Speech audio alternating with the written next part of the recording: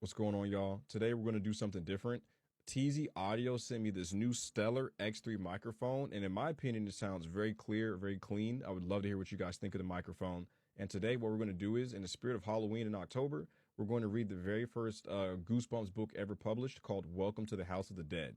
It's a story that follows two kids, Josh and Amanda, who move into a creepy house with their parents in the town of Dark Fall. So let's get into it. All right, guys, we're going to read chapter 1. All right, here we go. Josh and I hated our new house. Sure, it was big.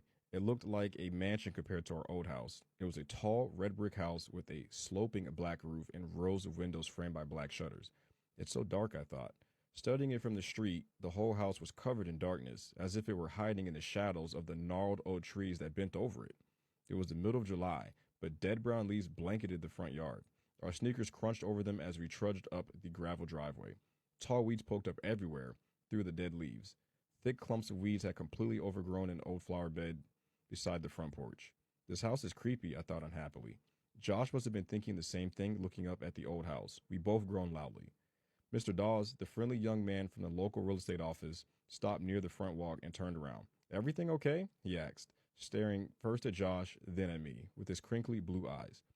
Josh and Amanda aren't happy about moving, Dad explained, tucking his shirt tail in.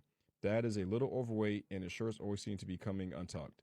It's hard for kids, my mother added, smiling at Mr. Dawes, her hands shoved into her jean pockets as she continued up the front door. You know, leaving all of the friends behind, moving to a strange new place. Strange is right, Josh said, shaking his head. This house is gross. Mr. Dawes chuckled. It's an old house, that's for sure, he said, patting Josh on the shoulder. It just needs some work, Josh, Dad said, smiling at Mr. Dawes. No one has lived in it for a while, so it'll take some fixing up. Look how big it is, Mom added, smoothing back her straight black hair and smiling at Josh.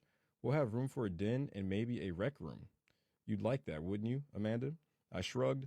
A cold breeze made me shiver. It was actually a beautiful hot summer day, but the closer we got to the house, the colder I felt. I guess it was because of all the tall old trees. I was wearing white tennis shorts and a sleeveless blue t-shirt. It had been hot in the car, but now I was freezing. Maybe it'll be warmer in the house, I thought. How old are they? Mr. Dawes asked Mom, stepping onto the front porch. Amanda is 12, Mom answered, and Josh turned 11 last month. They look so much alike, Mr. Dawes told Mom. I couldn't decide if that was a compliment or not. I guess it's true. Josh and I are both tall and thin and have curly brown hair like Dad's and dark brown eyes.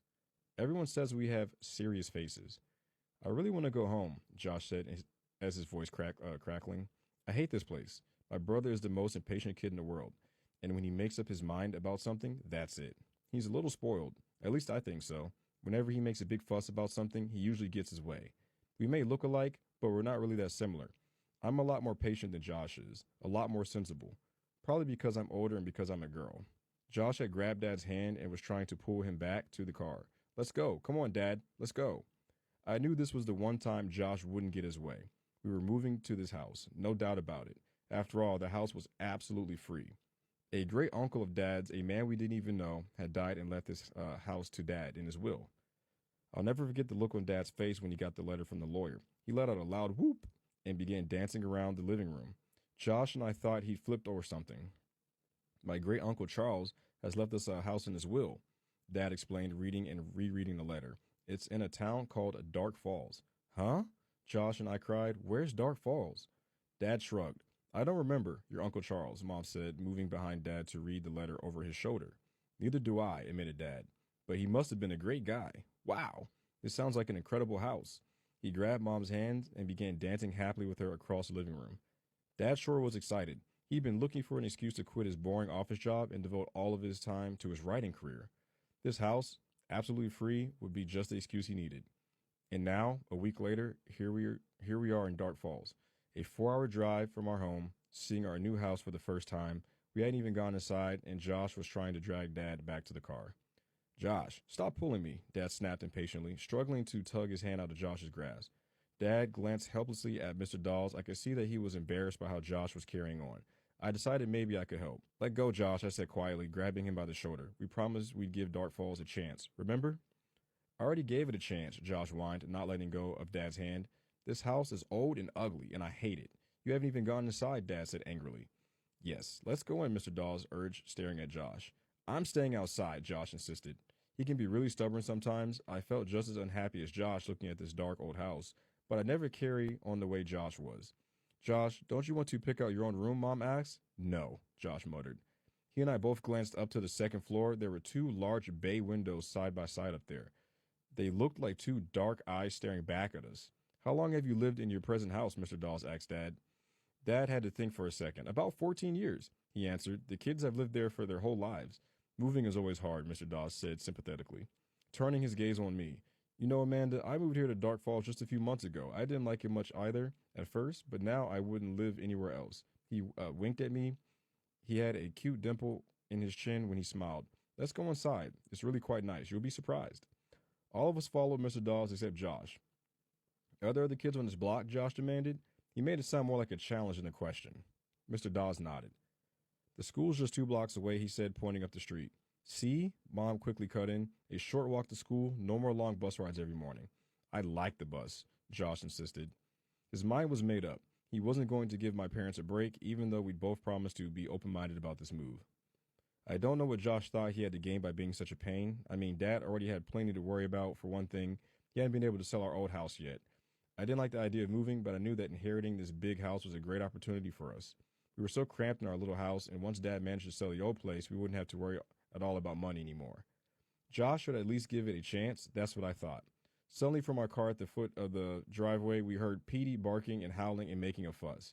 Petey is our dog, a white curly-haired terrier, cute as a button and usually well-behaved.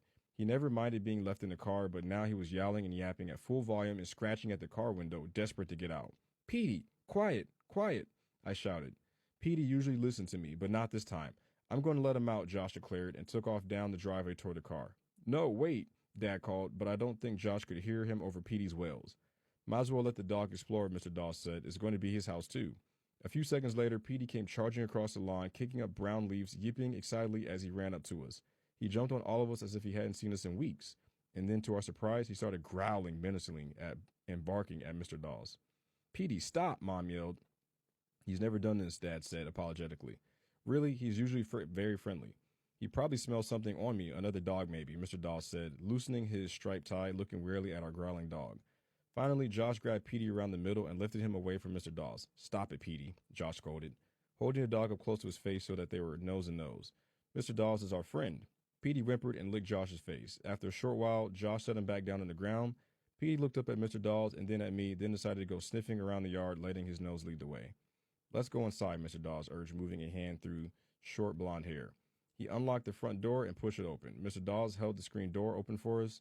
I started to follow my parents into the house. I'll stay out here with Petey, Josh insisted from the walk. Dad started to protest, but changed his mind. Okay, fine, he said, sighing and shaking his head. I'm not going to argue with you. Don't come in. You can live outside if you want. He sounded really exasperated. I want to stay with Petey, Josh said again, watching Petey's nose his way through the overgrown flower bed. Mr. Dawes followed us into the hallway, gently closing the screen door behind him, giving Josh a final glance.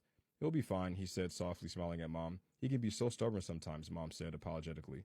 She peeked into the living room. I'm really sorry about Petey. I don't know what got into that dog. No problem. Let's start in the living room, Mr. Dawes said, leading the way. I think you'll be pleasantly surprised by how spacious it is. Of course it needs work. He took us on a tour of every room in the house. I was beginning to get excited. The house was really kind of neat. There were so many rooms and so many closets.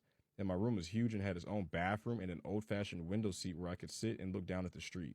I wish Josh had come inside with us. If he could see how great the house was inside, I knew he'd start to cheer up. I couldn't believe how many rooms there were. There was even a finished attic filled with old furniture and stacks of old, mysterious cartons we could explore. We must have been inside at least half an hour. I didn't really keep track of time. I think all three of us were feeling cheered up. Well, I think I've shown you everything, Mr. Dawes said, glancing at his watch. He led the way to the front door. Wait, I want to take one more look at my room, I told him excitedly. I started up the stairs, taking them 2 at a time. I'll be down in a second. Hurry, dear. I'm sure Mr. Dawes has his other appointments, Mom called after me. I reached the second floor landing and hurried down the narrow hallway and into my new room. Wow, I said aloud. The word echoed faintly against the empty walls. It was so big, and I loved the bay window and the window seat. I walked over to it and peered out. Through the trees, I could see our car in the driveway, and beyond it, a house that looked a lot like ours across the street. I'm going to put my bed against that wall across from the window, I thought happily, and my desk can go over there. I'll have room for a computer now. I took one more look at my long walk-in closet, which had a light in the ceiling with wide shelves against the back wall. I was heading to the door thinking about which of my posters I wanted to bring with me when I saw the boy. He stood in the doorway for just a second and then he turned and disappeared down the hall. Josh? I cried. Hey, come look. With a shock, I realized it wasn't Josh. For one thing, the boy had blonde hair. Hey, I called and ran to the hallway, stopping just outside my bedroom door, looking both ways. Who's there? But the long hallway was empty. All the doors were closed. Whoa, Amanda, I said aloud. Was I seeing things? Mom and Dad were calling from downstairs. I took one last look down the dark corridor, then hurried to rejoin them. Hey, Mr. Dawes, I called as I ran down the stairs. Is this house haunted? He chuckled. He chuckled. The question seemed to strike him funny.